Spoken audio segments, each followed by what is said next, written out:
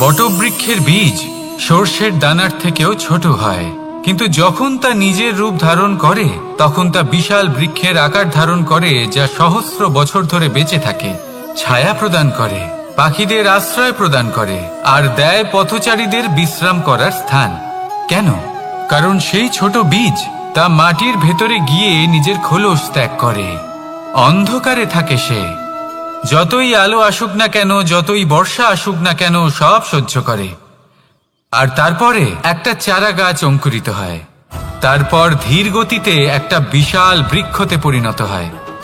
দেখুন, জীবনে কঠিন সময় আসে, এই জন্য নয় যে আপনি হার মেনে নেবেন, এই জন্য আসে যাতে আপনি ভবিষ্যৎ নির্মাণের জন্য নিজেকে তৈরি করতে পারেন।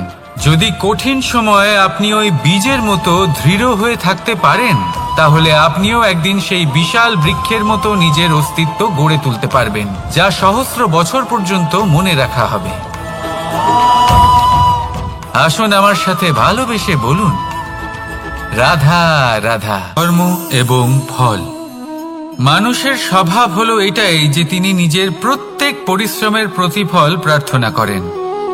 বেশিরভাগ সময় এই ফলাফলের চিন্তা করতে করতে, কল্পনা করতে করতে উনি কর্ম করতে থাকেন, যে আমি এই কাজটা করলে এই ফল পাবো। সেই সব কল্পনা করতে থাকেন যা না তার হাতে আছে, না আছে অধিকার, আর না আছে নিয়ন্ত্রণ। উনি শুধু নিজের কর্ম করতে পারেন। উনি কি ফল পাবেন তা তার হাতে কখনোই নেই। তাই আপনিও শুধুমাত্র কর্ম করতে থাকুন, ফলের চিন্তা করবেন না।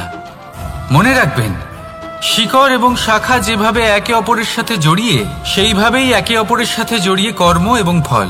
যেরকম কর্ম আপনি করবেন, সেরকম ফল আপনি অবশ্যই পাবেন। তাই এই ফলের আশায় কর্মের সময় কখনোই নষ্ট করবেন না, কারণ যে ব্যক্তি সময় নষ্ট করেন, সময় সেই ব্যক্তিকে অবশ্যই নষ্ট করে দেয়। কর্ম করুন নিঃস্বার্থভাবে, ফলের চিন্তা করবেন না, আর আমার সাথে ভালোবেসে বলুন, রাধা রাধা। কর্ম এবং ফল। দেখতে গেলে এই সমস্ত ব্রহ্মাণ্ড এই দুইয়ের মাঝেই স্থির হয়ে আছে।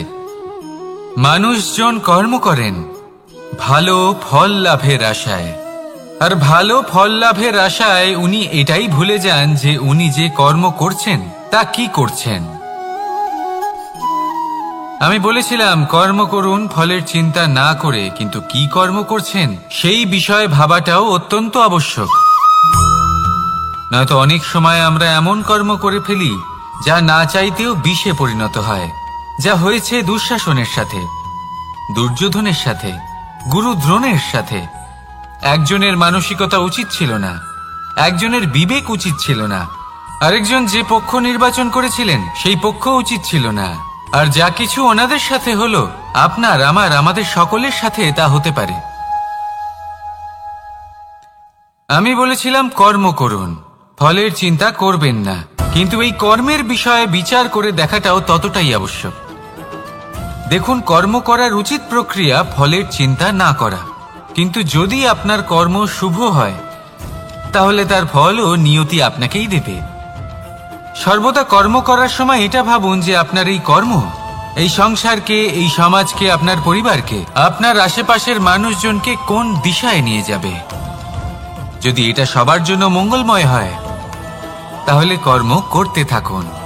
আর হ্যাঁ, নিশ্চিত রূপে ফলের চিন্তা করবেন না। আসুন আমার সাথে ভালোবেসে বলুন, রাধা রাধা। এই ব্রহ্মাণ্ড কত বৃহৎ, তাই না? যার সম্মুখে এই পৃথিবীকেও একটা বিন্দুর মতো মনে হয়। আর এই পৃথিবীতে আমরা কে হই, আমাদের আকার কি রকম, আমাদের অস্তিত্বই বা কি? যখন আমরা এভাবে ভাবি তখন মনে হয় আমরা কিছুই নই। তা আমরা যখন কিছুই নই, তাহলে আমরা এত চিন্তা করি কেন? কি ভেবে ভয় পাই? কাকেই বা এত ভয় পাই? কে আমাদের মারতে পারে আর কেই বা আমাদের জন্ম দেবে? আত্মার আসলে না কখনো জন্ম হয় আর না কখনো মৃত্যু। আত্মা শুধুই শরীর বদল করে। আপনি, আমি আমরা সকলে এই শরীর নয়, আমরা হলাম আত্মা, যা হলো পরম আত্মার পরম অঙ্গ। সেই জন্য মনে রাখবেন, বাইরের কোথাও দেখবেন না, নিজের অন্তরের গভীরে গিয়ে দেখুন, আত্মাকে উপলব্ধি করতে শিখুন। ক্লেশ, ভয়, চিন্তা, এই সব কিছুর থেকে নিজেকে দূরে রাখুন, তাহলেই উপলব্ধি করতে পারবেন পরমাত্মা কে। তাহলে আসুন আমার সাথে ভালোবেসে বলুন, রাধা রাধা। পরিবর্তন এই সংসারের শাশ্বত নিয়ম। কোনো রাজা নেই যিনি চিরকাল রাজা থাকেন, কোনো ধনী ব্যক্তি নেই যিনি চিরকাল ধনী থাকবেন। এই সংসারে সূর্যের স্থান নেওয়ার জন্য চন্দ্রিমার আগমন ঘটে। কোন স্থান যাকে পতিত বলা হয়েছিল সেখানে মহল তৈরি হয়েছে, কোন স্থান যাকে আজ মলিন বলা হয়েছে কাল সেখানে মন্দিরও স্থাপন হতে পারে। কোনো ঋতু চিরকালের জন্য থাকে না, কখনো সময় চিরকাল একরকম থাকে না। আজ যে আপনার কাছে রয়েছে কাল অন্য কারোর ছিল, আজ যে আপনার কাছে রয়েছে কাল তা অন্য কারোর কাছে চলে যাবে।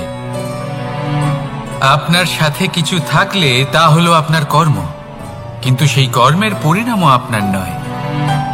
আপনি শুধু কর্ম করুন, বাকি সবকিছুই পরিবর্তনশীল। কিন্তু সেই পরিবর্তনকে দেখে ভয় পাওয়ার প্রয়োজন নেই, তাকে স্বাগত জানান। যদি আপনি হাসি মুখে সেই পরিবর্তনকে স্বাগত জানান, তাহলে এই পরিবর্তনও হাসি মুখে আপনার সাথে থাকবে। আসুন আমার সাথে ভালোবেসে বলুন, রাধা রাধা। সঞ্চয়। মানুষের যখন থেকে বোধবুদ্ধি হয় সঞ্চয় করতে আরম্ভ করে দেন। সঞ্চয় করতে থাকেন ভোজনের, সঞ্চয় অর্থের, সঞ্চয় শক্তির। নিজের জন্য করেন, নিজের পরিবারের জন্য করেন, নিজের স্ত্রীর জন্য করেন, সন্তানের জন্য করেন, সন্তানের সন্তানের জন্যও সঞ্চয় করেন। সঞ্চয় করার জন্য ওনার কাছে অনেক কারণ রয়েছে, কারণ উনি এটা ভাবেন যে এই সঞ্চিত শক্তির জন্য কেউ ওনার কোনো ক্ষতি করতে পারবে না। মানুষ ভুলে যান একটা গুরুত্বপূর্ণ কথা, এই সত্য, উনি এই সংসারে খালি হাতেই এসেছিলেন, আর এখান থেকে ওনাকে খালি হাতেই যেতে হবে। যা এখানকার তা এখানেই থেকে যাবে। আর যদি কিছু ওনার সাথে যায় তা হলো ওনার কর্ম, আর কিচ্ছু নয়। তাই যদি কিছু অর্জন করতে চান তাহলে শুভ কর্ম অর্জন করুন, আত্মশক্তি অর্জন করুন, কারণ পরলোকে এটাই হবে আপনার সম্পত্তি। তাহলে কি এটা আপনি অর্জন করতে চান না? আসুন আর আমার সাথে ভালোবেসে বলুন, রাধা রাধা। সদিচ্ছা। দেখতে গেলে 3 অক্ষরে তৈরি এই শব্দ, কিন্তু সমস্ত ত্রিলোক তার উপরেই আধারিত। আপনি এই সংসারে এসেছেন, তখন অবশ্যই শ্বাস নেবেন, কিন্তু তার বদলে আপনাকে কিছু তো দিতেই হবে। আপনার উপর নির্ভর করছে আপনি কি দেবেন। কি দেবেন এই সংসারকে, এই সমাজকে, নিজের পরিবারকে, আর তার বদলে কি নেবেন। যশ। দুজনেই সমুদ্র পার করেছিলেন, শুধু পার্থক্য ছিল সদিচ্ছাকে বোঝার লক্ষ্যের। অনেক মানুষের যাত্রা একরকম হতেই পারে, কিন্তু আনন্দ তখনই লাভ করবেন যখন লক্ষ্য শুভ হবে, মহান হবে। এই লক্ষ্য দিয়ে এই সংসারের কল্যাণ হবে এবং মানুষের সম্মান হবে। যদি আপনার সংকল্প উচিত হয় তাহলে আপনার লক্ষ্য উচিতই হবে, নয়তো শুধুমাত্র বিনাশ হবে। আর উচিত এটাই হবে যে বিনাশের হাত থেকে যেন নিজেকে বাঁচানো যায়, কি বলেন? তাই জীবনে যে লক্ষ্য স্থির করছেন মনে রাখবেন তা যেন শুভ লক্ষ্য হয়। যদি এরকম হয় তাহলে আপনার যাত্রা, আপনার জীবন দুটোই শুভময় হবে। আসুন আর আমার সাথে ভালোবেসে বলুন, রাধা রাধা। সুরক্ষা। এই সুরক্ষা আসলে কি? এটা কি কোনো কবচ নাকি কোনো সীমা? এই সুরক্ষা আসলে অন্য কিছু। আমাদের মাতা পিতা, আমাদের প্রিয়জন, আমাদের বন্ধু, এই সমাজ, আমাদের শুভাকাঙ্ক্ষী, আমাদের আত্মীয়, এনারা সবাই আমাদের জীবনে কোনো না কোনো ভাবে সুরক্ষা দিয়ে থাকেন, একটা কবচ দিয়ে থাকেন কোনো না কোনো রূপে। কিন্তু দেখতে গেলে আমাদের পরাক্রমের পথে, আমাদের বীরত্বের পথে, আমাদের সাহসের পথে এই সুরক্ষাই সবথেকে বড় বাধা হয়ে দাঁড়ায়।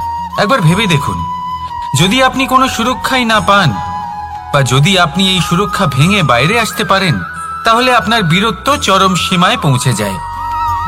কেন? কারণ তখন আপনি জানেন যে এই সংসারের সম্মুখীন আমাদের নিজেদেরই হতে হবে। আপনি বুঝে যান যে শত্রুর সম্মুখীন এবার নিজের বলের দ্বারা, নিজের পরাক্রমের দ্বারা, নিজের সাহসের দ্বারা করতে হবে। আর তখন আমাদের মনের মধ্যে এই শক্তি জাগ্রত হয়। এই শক্তি অন্তরেই বসবাস করে। শুধু এটা চিনে নিতে হবে, একে জাগ্রত করতে হবে। আর এটা সুরক্ষা ভেঙে যাওয়ার পরেই সম্ভব হয়। আর যারা নিজের শক্তি সম্পর্কে জানেন, যিনি নিজেই জানেন তিনি কতটা শক্তিশালী, তিনি নিজেই নিজের সুরক্ষা কবচ চিরকালের মতো ভেঙে ফেলে দেন, ঠিক কর্ণের মতো। আর তারপরে দেখুন, আপনার পরাজয় হোক বা বিজয়ী হোক না কেন, সেটাই অনেক বড় হয়, সেটাই প্রশস্ত হয়ে থাকে। সেই জন্য ত্যাগ করুন নিজের ভয়কে, নিজের আশেপাশের এই সুরক্ষা চক্রকে ভেঙে ফেলুন আর সম্মুখীন হন এই সংসারের নিজের শত্রুর সম্মুখীন হন। পরাক্রমের এই অঙ্কুর, তা অঙ্কুরিত হওয়ার জন্য বীজের উপরের এই কবচ, এটা ভেঙে যাওয়া অতি আবশ্যক। আসুন আমার সাথে ভালোবেসে বলুন, রাধা রাধা। যখন আমরা হাঁটতে থাকি আর আমাদের পায়ে কাঁটা বিঁধে যায়, তখন মুখ দিয়ে আহ বেরিয়ে আসে, কান্না চলে আসে, আর অনেক সময় অভিশাপও বেরিয়ে আসে। কিন্তু আমরা কি কখনো এটা এইভাবে দেখেছি, এইভাবে ভেবেছি যে আমরা যে পথে চলেছি সেই পথে কাঁটা বিঁধেছে, নাকি আমরা সেই পথ নির্বাচন করেছি যাতে শুধুই কাঁটা রয়েছে? নাকি আমরা এভাবে ভেবে দেখেছি যে এই কাঁটা আমাদের কষ্ট দিতে এসেছে, নাকি এটা আমরাই বিছিয়ে রেখেছিলাম? সাবধান থাকা উচিত ছিল, কারণ কাঁটা বিঁধলে যন্ত্রণা হবে, চিৎকার করে ফেলতে পারি, মুখ থেকে অভিশাপও বেরিয়ে আসতে পারে।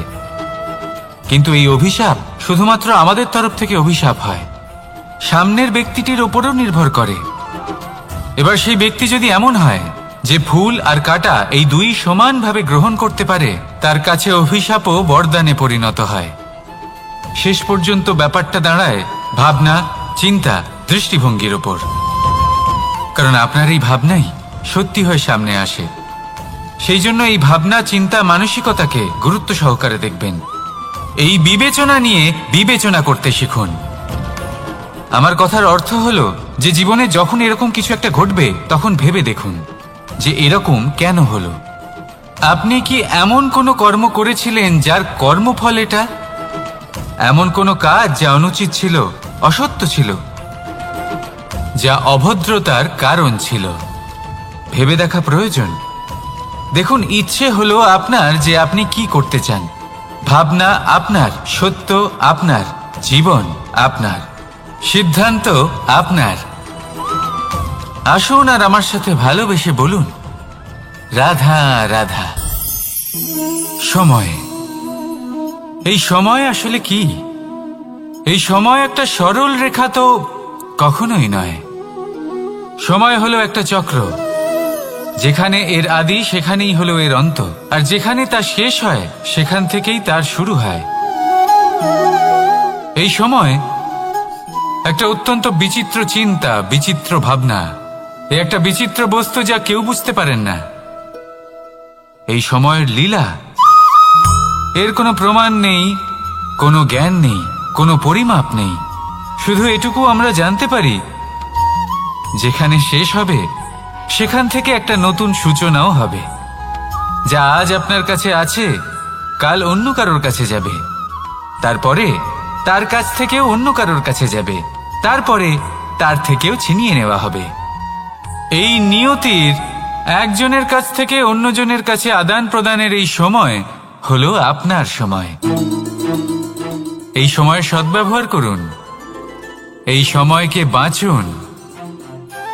আপনাকে শুধু এটাই সুনিশ্চিত করতে হবে যে আপনি কোন পক্ষে আছেন। আর সত্যি বলতে কি, আপনার জীবনের পরিণাম নির্ভর করে আপনার নির্বাচনের ওপর। আপনি কোন পক্ষ নির্বাচন করছেন। তাহলে মনে রাখবেন জীবনে সেই পক্ষই নির্বাচন করবেন যা চয়ন করার পরে আপনি সুখ অনুভব করবেন, আপনি সন্তোষ লাভ করবেন, প্রসন্নতা লাভ করবেন। আর আমি এটাই সুনিশ্চিত করব যে এই পক্ষ যেন শান্তির পক্ষ হয়, এই পক্ষই যেন প্রেমের পক্ষ হয়। তাহলে চিন্তা করবেন না, আর আসুন আমার সাথে ভালোবেসে বলুন, রাধা রাধা। দৃষ্টি আর দৃষ্টিভঙ্গি, এই সমগ্র লীলা হলো এই দুইয়ের। বিচিত্র হতে পারে, কিন্তু এটাই সত্যি। এবার আপনাকে একটা উদাহরণ দিয়ে বোঝাই।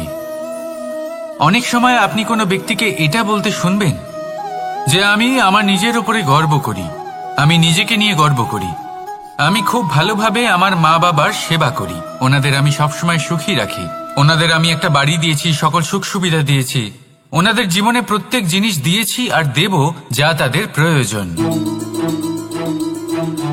এবার আমাকে বলুন যে আপনি কে হন? আপনি হলেন সেই বীজ যা আপনার মাতা পিতা রোপণ করেছেন। আপনার মা বাবাই আপনাকে এই সংসারে জন্ম দিয়েছেন। এবার এইসব কথার কি তাৎপর্য? এই হলো সেই ব্যক্তির দৃষ্টিভঙ্গি। এবার দেখা যাক এই প্রকৃতি আমাদের কি শেখায়। কখনো কোনো গাছকে দেখবেন, যখন সেই গাছে ফল আসে, সে মালিকে এটা বলে না যে দেখো আমি তোমাকে ফল খেতে দিচ্ছি। সেই বৃক্ষ এটা বলে না যে দেখো আমি তোমায় আহার করতে দিচ্ছি, কারণ ও জানে যে এটা হলো সেই মালির পরিশ্রম, এটা হলো তারই কর্মের ফল, আর এটা তারই পাওয়া উচিত। সে বলে যে তোমার জিনিস তোমাকেই অর্পণ করলাম, এ আমার জিনিস নয়। ও জানে সেই মালির গুরুত্ব আসলে কি। এটা হলো তার দৃষ্টিভঙ্গি। সেই জন্য আপনি জীবনে কোন ব্যক্তির মধ্যে, কোন পশু পাখির মধ্যে, কোন প্রাণীর মধ্যে, কোন পরিস্থিতিতে, কোন আবেগের মুহূর্তে কি দেখতে পাচ্ছেন, সেটা আপনার দৃষ্টিভঙ্গির উপরে নির্ভর করছে। তাই নিজের মনে ধনাত্মক ভাব জাগ্রত করুন, শুভ চিন্তা নিয়ে আসুন। এই ভাবনাই সত্য হয়ে সামনে আসবে। এই দৃষ্টিভঙ্গি এমন হয়ে যাবে যে আপনার জীবনে সবকিছুই শুভ হবে। তাহলে আসুন আর আমার সাথে ভালোবেসে বলুন, রাধা রাধা। প্রতিশোধ অথবা কাউকে দুঃখ দেওয়ার ভাবনা, যদি এটা আপনার মনে থাকে, তাহলে আপনি নিজের মনেই যন্ত্রণার একটা বিশাল বৃক্ষ রোপণ করছেন, এটা মনে রাখবেন। কারণ কাউকে দুঃখ দেবার এই ভাবনা, এটা হলো সেই বীজ যা আপনার মনেই পতিত হবে, আপনার মনেই অঙ্কুরিত হবে, আর আপনার মনেই একটা বিশাল বৃক্ষরূপে বেড়ে উঠবে। জীবন আপনার, কর্ম আপনার, কাউকে দুঃখ দেবার ভাবনা আপনার ছিল, এই বৃক্ষ হলো আপনার, তাই এর ফলও আপনিই পাবেন, যা গ্রহণও আপনাকেই করতে হবে। মনে রাখবেন, যে মানুষ এটা ভাবে যে আমি ওকে দুঃখ দেব, ওকে কষ্ট দিতে চাই আমি, সেই মানুষই দুঃখ আর কষ্ট পেয়ে থাকে। যদি সেই জায়গায় আপনি এটা ভাবেন যে আমি কাউকে সুখী করে তুলতে চাই, কাউকে সুখ প্রদান করতে চাই, তাহলে তারও বীজ আপনার মনেই রোপণ হবে, বৃক্ষে পরিণত হবে, যার ফলও আপনিই পাবেন। এখানে বিষয়টা হলো শুধু মানসিকতার চিন্তা, যা সত্য হয়ে আপনার সামনে আসে। তাহলে এই মানসিকতা শুভ করুন, সবার জন্য মঙ্গল কামনা করুন। অন্যের মনে আপনার জন্য ভালো চিন্তা থাকুক বা না থাকুক, আপনি সবার জন্য শুভ চিন্তা করে কর্ম করতে থাকুন, তাহলে আপনার সাথেও ভালোই হবে।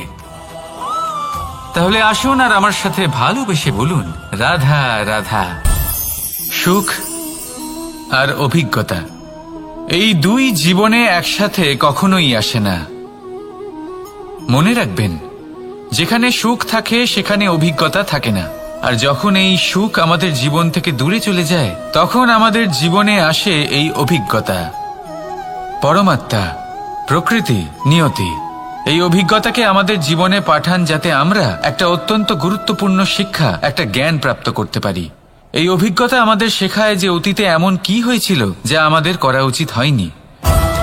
আমাদের শেখায় ভবিষ্যতে এমন কি আছে যা আমাদের করা উচিত আর কি করা উচিত নয়। দেখতে গেলে এই অভিজ্ঞতা আমাদের সেই শিক্ষা দেয় যার জন্য আমরা সুখের দিকে উচিতভাবে অগ্রসর হতে পারি। সেই জন্য জীবনে যখনই দুঃখ আসবে, দুঃখের এই সময় আসবে, তখন হতাশ হবেন না। বোঝার চেষ্টা করুন এই পরিস্থিতি কেন এসেছে, কি শিক্ষা দিতে এসেছে। যদি আপনি সেই জ্ঞান লাভ করেন, সুখের পথে অগ্রসর হন, তাও উচিত রূপে, তাহলে এই অভিজ্ঞতার উদ্দেশ্য পূরণ হয়ে যায়। তাহলে আসুন আর আমার সাথে ভালোবেসে বলুন, রাধা রাধা। জীবনে শিখরে পৌঁছানোর জন্য মানুষের কি প্রয়োজন হয়ে থাকে? সিঁড়ির। কিন্তু তাও প্রত্যেক মানুষ, প্রত্যেক ব্যক্তি শিখরে পৌঁছতে পারেন না। এর কারণ কি? কারণ একটা হতে পারে যে মানুষ কল্পনা করতে থাকেন কিন্তু সিঁড়ি খুঁজে পান না। কিছু মানুষ খুঁজে নেন কিন্তু তা পেয়ে এতটাই প্রসন্ন হয়ে যান যে তারপর আর কোনো কর্মই করেন না। খুব সোজা ব্যাপার। অনেক মানুষ সিঁড়ি খুঁজে পান না, আর যদি পেয়েও যান তাও যতক্ষণ না তাতে চড়ছেন সেই শিখরে পৌঁছবেন কি করে? যতক্ষণ না আপনি পরিশ্রম করছেন, যতক্ষণ না সেই সিঁড়িতে আপনি চড়ছেন, যতক্ষণ না ক্লান্ত হচ্ছেন, আপনার পায়ে হাঁটুতে ব্যথা না হচ্ছে, ততক্ষণ এই শিখরে পৌঁছানোর সৌভাগ্য লাভ করতে পারবেন না। তাহলে কল্পনার সাথে কর্ম করুন, পরিকল্পনার সাথে পরিশ্রম করুন, সব কিছু পাবেন। আসুন আমার সাথে ভালোবেসে বলুন, রাধা রাধা। সমস্যা, কঠিন সময়, সংকট, বিপদ কার জীবনে নেই? প্রত্যেকের জীবনে আছে। কিন্তু আমাকে একটা কথা বলুন, যদি নৌকায় ঢেউকে ভয় পেতে শুরু করে, তাহলে সাগর পার করবে কে? কখনো কোনো ছোট্ট পিঁপড়েকে দেখেছেন যে আকারে হয়তো ছোট হতে পারে কিন্তু বড় শিক্ষা দিয়ে যায়? কিন্তু আমরা শিখি না। এবার দেখুন একটা পিঁপড়েকে যে ভোজনের খোঁজে বাইরে বের হয়, একটা ছোট্ট দানা তুলে নেয়। ছোট দানা তোলে কারণ তার থেকে বেশি সে তুলতেই পারবে না। সে দানা নিয়ে চলতে শুরু করে, কোনো দেওয়ালে উঠে পড়ে, আবার পড়েও যায়। সেই দানা দূরে কোথাও একটা পড়ে যায়, তা আবার খোঁজে, তুলে নেয়, আবার চলতে থাকে। পড়ে যায় আবার ওঠে, পড়ে যায় আবার ওঠে। সেই দানাটা রেখে দেয়, আবার বেরিয়ে পড়ে ভোজনের খোঁজে। পরিশ্রম করতে থাকে কিন্তু হার মানে না। এই শিক্ষাই তো আমাদের প্রাপ্ত করতে হবে। নিরন্তর পরিশ্রম আর নির্ভীক হয়ে কর্ম করে যেতে হবে। এটাই হলো সাফল্যের মাধ্যম, এটাই হলো জয়ের মন্ত্র, অচ্যুত অজয় অস্ত্র। তাহলে আসুন আর আমার সাথে ভালোবেসে বলুন, রাধা রাধা। আমরা সকলে চাই আমাদের জীবনে সাফল্য আসুক। আমরা চাই যে এই সংসারে আমাদের খ্যাতি ছড়িয়ে পড়ুক। আমরা চাই যেন আমরা আলোচিত হই। কিন্তু শুধু চাইলেই কি যায় আসে? যদি এই সংসারে আলোচিত হতে হয়, তাহলে পরিচিত হতে হবে পরিশ্রমের দ্বারা। যতক্ষণ না আপনারা পরিশ্রমের সাথে পরিচিত হবেন, সাফল্যের সাথে পরিচিত হবেন না। সংঘর্ষ করতে হবে প্রতিদিন, প্রতি বছর। জীবনের সব পরিস্থিতিতেই হয়তো নতুন নতুন বাধা আসবে, নতুন নতুন বিঘ্ন ঘটবে। কিন্তু এটা আবশ্যক নয় যে সমস্ত বিঘ্ন বিনাশের জন্য আসবে। কিছু বিঘ্ন আপনার পথ প্রশস্ত করার জন্য আসবে, আপনার পথ পরিষ্কার করার জন্য আসবে। যদি আপনাকে উদাহরণ দিই, যখন বন্যা আসে, বাড়ি ঘর ভেসে যায়, তখন আমরা হতাশ হয়ে পড়ি, আমরা দুঃখী হয়ে পড়ি। কিন্তু সেই বন্যাই আমাদের সেই ধরিত্রীকে এত উর্বর করে তোলে যে সেই উর্বর অংশ কাজে লাগিয়ে আমরা সেরকম আরো 10টা বাড়ি বানাতে পারি। তাহলে ধন্যাত্মক থাকুন আর যে কোনো সংঘর্ষের জন্য প্রস্তুত থাকুন। জীবনে অনেক দূর যেতে পারবেন। তাহলে আসুন আমার সাথে ভালোবেসে বলুন, রাধা রাধা। জীবনে কখনো কখনো আমরা সেই পরিস্থিতিতে ফেসে যাই যখন আমাদের মনে হয় যে আমাদের নতুন কিছু একটা করতে হবে, কিন্তু আমরা করতে পারি না। কারণ কোথাও না কোথাও আমরা রীতির দ্বারা আবদ্ধ, আর আমরা সেই রীতি ভাঙতে চাই না। কেবল একটাই প্রশ্ন আসে মনে, আশেপাশের মানুষ কি বলবে, আশেপাশের মানুষ কি ভাববে। আপনাকে একটা প্রশ্ন করি, কারা এই মানুষজন? আপনার জন্মের সময় এই মানুষজন কোথায় ছিলেন? যখন আপনি কোনো সমস্যায় পড়েন তখন এই মানুষজন কোথায় থাকেন? এগিয়ে এসে কি আপনাকে সাহায্য করেন, নাকি সেই সমস্যার সমাধান আপনি নিজেই করেন? এইসব মানুষজনের চিন্তা ত্যাগ করুন যদি আপনি জীবনে বাঁচতে চান। ভেবে দেখুন জীবনে কি কি শুভ আছে আর কি কি শুভ করতে পারেন। যদি তা স্রোতের বিপরীতে হয় তাহলে সংঘর্ষ করুন, কিন্তু এইসব মানুষজনের কথা ভাববেন না। ভেবে দেখুন জীবনে আপনি কি কি শুভ কাজ করতে পারেন। এটা ভাবুন যে আপনি কখনো এমন কোনো কাজ করে ফেলেননি তো যার জন্য কারো হৃদয় আহত হয়েছে। শুভর দিকে নিজের চিন্তা কেন্দ্রীভূত করুন, আপনার জীবনে সব কিছু শুভই হবে। তাহলে আসুন আমার সাথে ভালোবেসে বলুন, রাধা রাধা।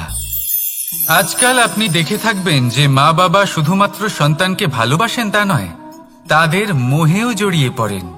বিদ্যালয়ে যখন পাঠান তখন সমস্ত সুযোগ সুবিধা দিয়েই পাঠান। চেষ্টা করেন যে সবসময় যেন সন্তান তাদের চোখের সামনেই থাকে। কিন্তু ভুলে যান এক অত্যন্ত গুরুত্বপূর্ণ কথা, যে সন্তানকে এক নতুন দৃষ্টিভঙ্গি দেওয়াই হলো ওনাদের কর্তব্য। সেই জন্য পুরাতনকালে শিষ্যদের গুরুকুলে পাঠানো হতো, বাড়ির থেকে দূরে। কারণ বাড়ি ছেড়ে যাওয়া এক সন্তানের জন্য, এক শিষ্যের জন্য অত্যন্ত শুভ লক্ষণ হয়। যখন সে বাড়ির থেকে দূরে, গৃহস্থের থেকে দূরে থাকবে, তখন এই সংসারকে সে এক নতুন দৃষ্টিভঙ্গি দিয়ে দেখবে, পরখ করবে, বুঝতে পারবে, আর সবকিছু নিজে থেকেই শিখে যাবে কখন আক্রমণ করতে হয়, কখন পিছু হটতে হয়, কিভাবে এই সংসারের সম্মুখীন হতে হয়। আর এটা আপনার দৃষ্টি ওকে শেখাতে পারবে না, ওর অভিজ্ঞতা ওকে শেখাতে পারবে। তাই মনে রাখবেন, যদি আপনি চান যে আপনার সন্তানের বিকাশ হোক, তাহলে অনেক সময় ওকে নিজের থেকে দূরে নিয়ে যেতে হয়। যদি মোহে আবদ্ধ থাকেন তাহলে ওর বিকাশ কখনোই হবে না। তাহলে আসুন আমার সাথে ভালোবেসে বলুন, রাধা রাধা। কখনো কখনো মানুষ মনে করেন যে সে নিজেই সব থেকে বেশি শক্তিশালী, তিনি হলেন জ্ঞানী। দেখুন, এটা ভালো ব্যাপার যে আপনার মধ্যে শক্তি আছে, জ্ঞান আছে, আর এটা শুধু আপনার জন্য নয়, এই সমস্ত সমাজের জন্য, দেশের জন্য, সমগ্র পৃথিবীর জন্য অত্যন্ত আবশ্যক। কিন্তু এই কথাটাও বোঝা অত্যন্ত আবশ্যক যে এই জ্ঞান যেন কখনো অহংকার না হয়ে ওঠে। যখন মানুষের মধ্যে জ্ঞান থাকে তখন সে রাম হয়ে ওঠে। রাম, যিনি সমুদ্রের বুকে সেতু বানিয়েছিলেন, বানর সেনার দ্বারা রাক্ষস রাজকে পরাজিত করেছিলেন, আর চিরকালের জন্য সবার কাছে আদর্শ হয়ে উঠেছিলেন। আর যদি মানুষের মনে অহংকার জন্মায় তাহলে সে রাবণ হয়ে ওঠে। দেশে বিদেশে যতই খ্যাতি থাকুক না কেন, সে রাক্ষস হয়ে ওঠে, নিজের সাথে সাথে সমস্ত কুলের বিনাশ করে বসে। এবার জ্ঞান নাকি অহংকার, আপনার কি চাই সেই সিদ্ধান্ত আপনার, আর আপনার এই সিদ্ধান্তই নিশ্চিত করবে যে আপনার কর্ম কি হবে, আর আপনার এই কর্মই নিশ্চিত করে দেবে আপনার প্রারব্ধ কি হবে। তাহলে শুভ কর্ম করুন আর আমার সাথে ভালোবেসে বলুন, রাধা রাধা। যদি কোনো সিংহ বানরের মতো গাছে চড়তে চেষ্টা করে তাহলে কি হবে? একটা মাছ যদি মাটিতে হাঁটতে চেষ্টা করে তাহলে কি হবে? তারা বিফলই হবে। কিন্তু এরকম কেন হয়? তার কারণ হলো প্রকৃতির রচনা কিছুটা এরকম। এখানে প্রত্যেকটি ব্যক্তিকে, প্রত্যেকটি প্রাণীকে আলাদা আলাদা গুণের অধিকারী করা হয়েছে এবং সকলকে একটা সীমাও প্রদান করা হয়েছে।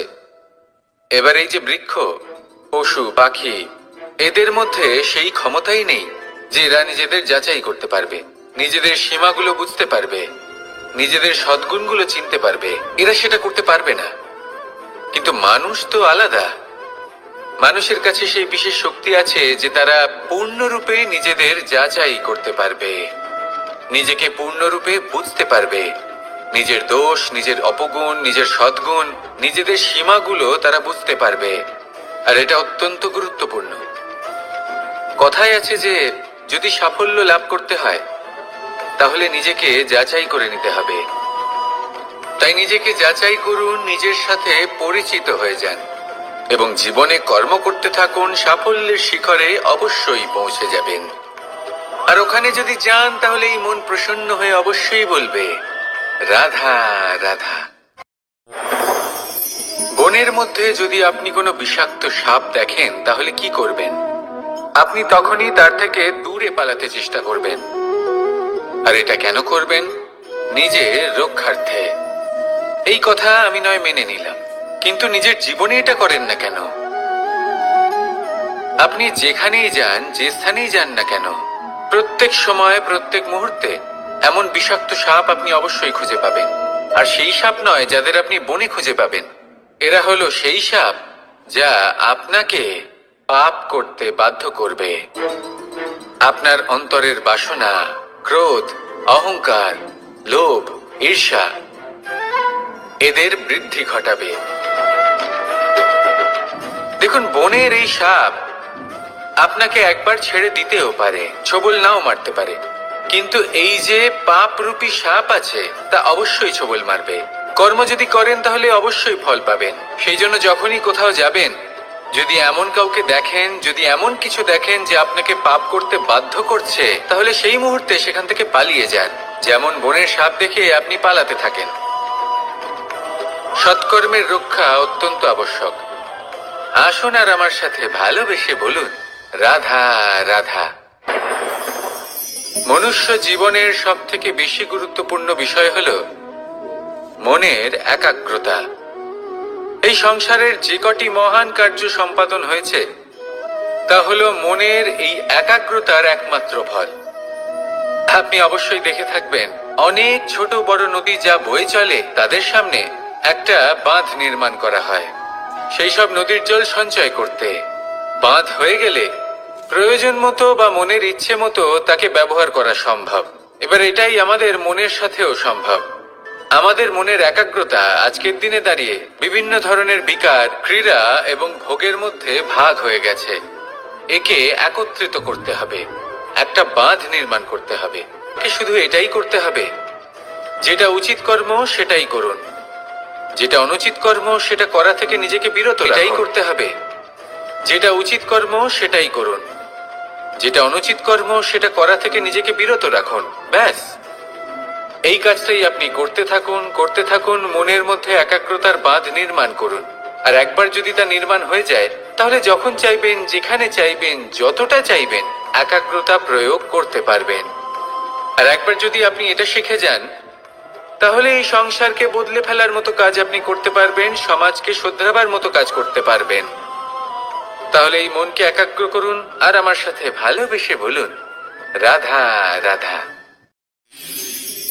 আমরা সবাই ফল খাই, কিন্তু আমাদের সেই ফলই প্রিয় হয় যে পরিপক্ক হয়ে ওঠে, যেটা নম্র হয়, আর যে ফল অনেক বেশি মিষ্টি আর সুস্বাদু হয়ে থাকে, যাদের রঙে বাহার দেখা যায়।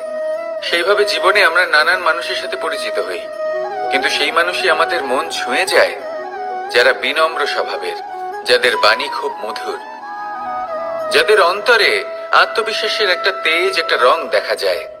এবার এমন ব্যক্তি আমরা কি করে হব?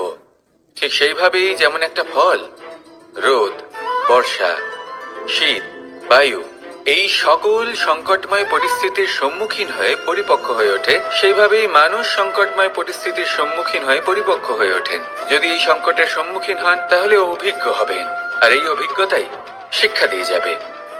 এই অভিজ্ঞতা আমাদের শিখিয়ে দেয় যে আমাদের বিনম্র থাকতে হবে। অহংকার করে কোনো লাভ নেই। মধুর বাণীর যে কি মূল্য তা আমরা শিখতে পারি। এই অভিজ্ঞতাই আমাদের বুঝিয়ে দেয় যে উচিত অনুচিত কোনটা, আমাদের দৃষ্টিভঙ্গি তৈরি করে, আর এই দৃষ্টিভঙ্গি দ্বারা আত্মবিশ্বাস জাগ্রত হয়। সেই জন্য জীবনে কখনো বিপদ থেকে দূরে পালাবেন না, সেগুলোর সম্মুখীন হন, অভিজ্ঞতা লাভ করুন, তার থেকে শিক্ষা লাভ করুন, এইভাবেই পরিপক্ক হবেন। আসুন আমার সাথে ভালোবেসে বলুন রাধা রাধা। ধন সঞ্চয় করা সম্ভব, আর সেই জন্য ধন সব থেকে বেশি মূল্যবান সম্পত্তি নয়। এবার আপনি বলবেন, এ আমি কি বলছি? এই ধন খুব মূল্যবান, আমরা সকলে অর্জন করতে ব্যস্ত। সেটা এই কারণে, কারণ আপনারা জানেন না এই সংসারের সব থেকে বেশি মূল্যবান সম্পত্তি কি।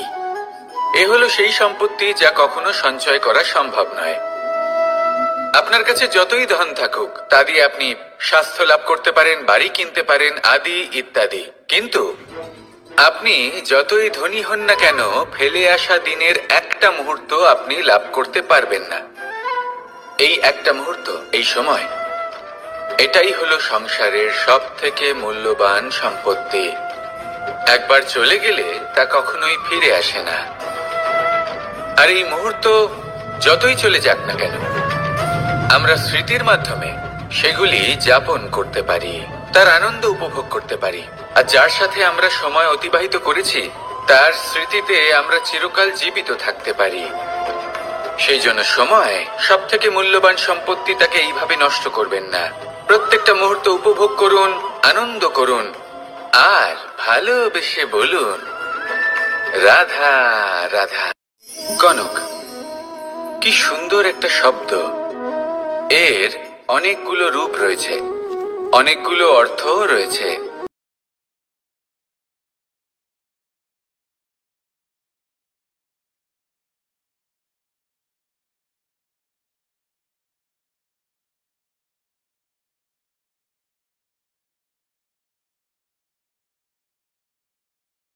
প্রয়োগ করা হয় তাহলে এটা বিষময় হয়ে উঠতে পারে।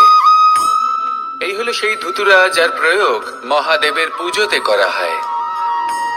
এবার প্রশ্ন হলো এটাই যে এই স্বর্ণ এবং এই ধুতুরার মধ্যে মিল কি রয়েছে। মিল হলো এটাই যে এই দুটোই মানুষকে মত্ত করে তোলে।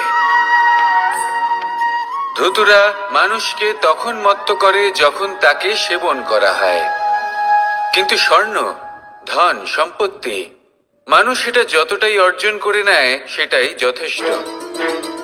এই স্বর্ণ মানুষের ভাবনা চিন্তা করার ক্ষমতাকে বশ করে ফেলে।